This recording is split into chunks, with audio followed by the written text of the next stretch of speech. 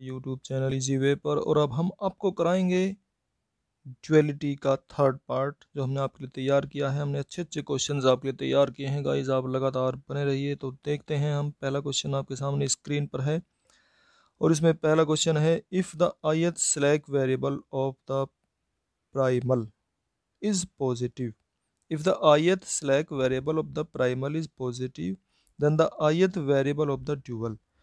तो गाइज अब हम आपको बताते हैं कि आप विद एक्सप्लेनेशन हम क्वेश्चंस के आंसर देते हैं आपको, ताकि हम भूलें ना।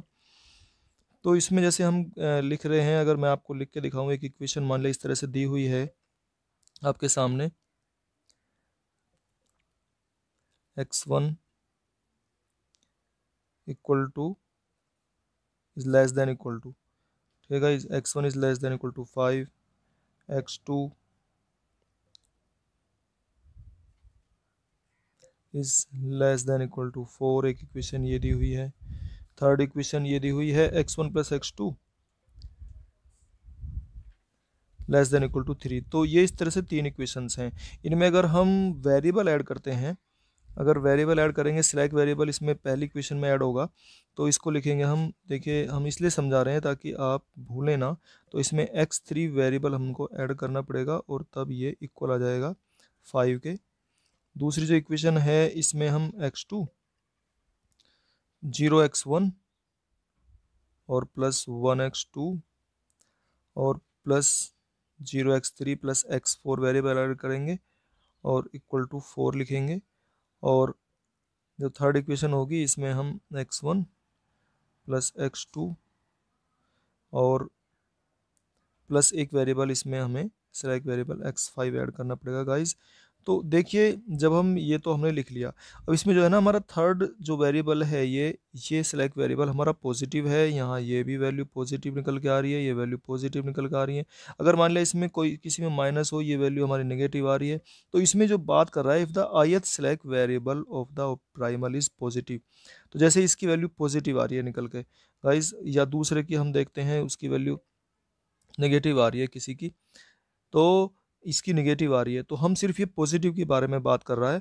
तो in the ith variable of the dual, जब हम ड्यूअल का इसका टेबल बनाएंगे, तो उसमें जब ड्यूअल का टेबल बनाते हैं हम, मैं इसको एक बार डॉके, आपको इसको ध्यान रखना आप। अब मैं ड्यूअल की टेबल अगर बनाता हूँ तो देखिए गाइज, इसमें जो ड्यूअल की टेबल जब हमारी बनेगी, ड्यूअल की टेबल बनाएंगे हम, तो वो तो सब बनाएंगे, मैं सिर्फ ये वेरिएबल लेके दिखा रहा हूँ।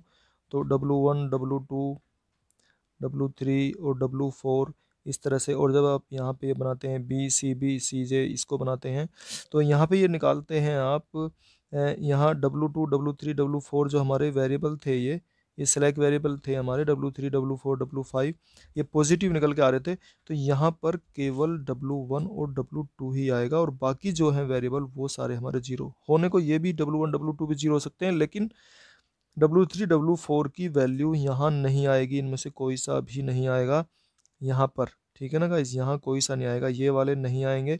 तो इस तरह से यहाँ जब हम डुअल इसकी टेबल बनाते हैं, तो W3 और W4 की जो वैल्यू है गाइस वो हमारी जीरो निकलेगी, W3 की वैल्यू भी जीरो निकलेगी और W4 की वैल्यू भी गाइस जीरो निकलेगी। तो इस प्रकार से इसमें हमारी जीरो निकल कर आती हैं, तो हमें ये याद रखना है। तो यहाँ से फिर, तो अब हम क्वेश्चन पढ़ें, अगर if the ith select variable of the primal is positive then the ith variable of the dual is zero, ठीक है गाइज। तो ये हमारा जो इसमें क्वेश्चन है वो हमारा कौन सा पार्ट, पहला पार्ट सही है गाइज, ये जीरो, ठीक है, बाकी सब रॉन्ग है। अब हम चलते हैं गाइज नेक्स्ट क्वेश्चन पर। आपके सामने स्क्रीन पर है question number 22। If both the primal and dual problems have finite optimal solution, both the primal and dual problems have finite solution, तो जो हमारी दोनों हैं वो प्राइमल और ड्यूअल दोनों फाइनाइट सॉल्यूशन रखती हैं इसमें, have finite optimal solution, and ZP ZD are the optimal values of the objective functions of the primal and dual. एक ZP जो ऑब्जेक्टिव फंक्शन ऑफ प्राइमल का है, ZD जो है वो ड्यूअल का है, primal and dual respect then we have. तो जब इनमें कोई भी चेंज नहीं आता है, ऑब्जेक्टिव फंक्शन की जो वैल्यू है हमेशा सेम रहती है, तो इसका मतलब हमारा फर्स्ट ऑप्शन बिल्कुल करेक्ट है। बाकी और कुछ जो हैं इसके पार्ट्स हमारे रॉन्ग हैं।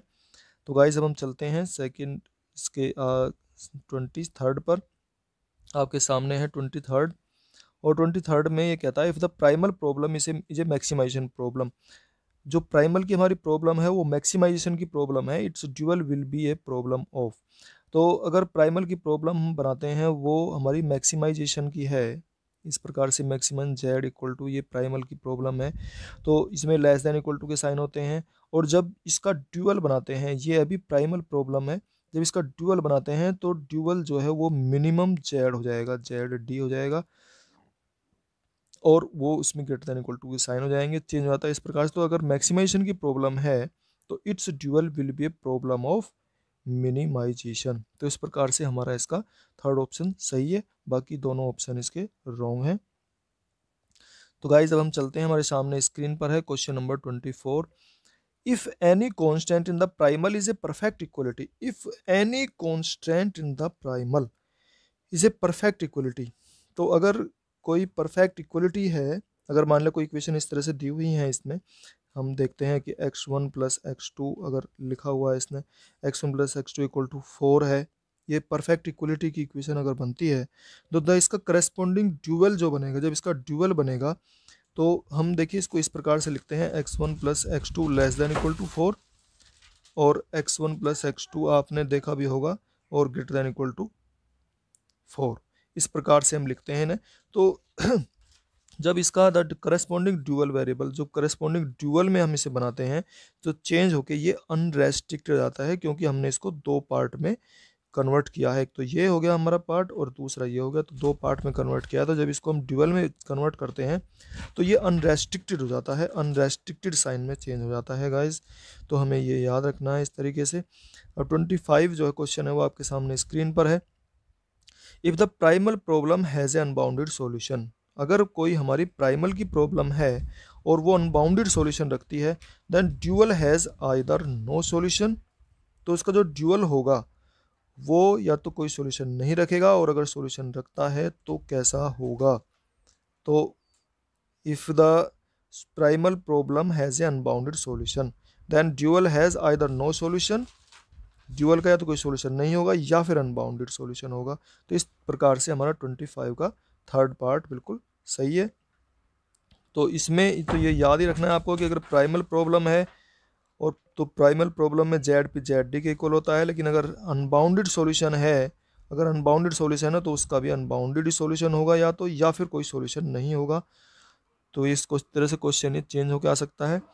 अब हम चलते हैं आगे, आपके सामने स्क्रीन पर है question number 26। If the primal has a finite optimal solution, यदि प्राइमल जो है वो फाइनाइट ऑप्टिमल सॉल्यूशन रखता है, then the values of the objective functions of the primal and dual, then the values of the objective functions of the primal and dual are equal, तो वो equal होती हैं, ये आप जानते हैं। Z P equal to Z D आपने पढ़ लिया, जेड पी और जेड डी दोनों इक्वल होते हैं। तो ठीक है गाइज, अब हम चलते हैं, आपके सामने स्क्रीन पर है क्वेश्चन नंबर 27। तो गाइज आपको हमारी ये कैसी लगी है वीडियो, इसको लाइक शेयर सब्सक्राइब जरूर कीजिए। अब हम बताते हैं क्वेश्चन नंबर 27 आपके सामने स्क्रीन पर है।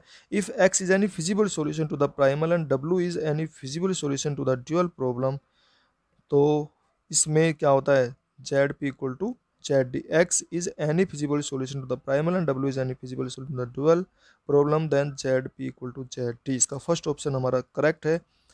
ठीक है गाइज, अब आपको कैसी लगी है, हमने अच्छे अच्छे क्वेश्चन आपके लिए छांटे हैं, इससे अगर आप पढ़ेंगे तो आपके 100 में से 100 मार्क्स आएंगे। अब हम इसके बाद इसका ड्यूअलिटी 4 लेके आ रहे हैं आपके लिए, उसे भी ज़रूर देखना आप।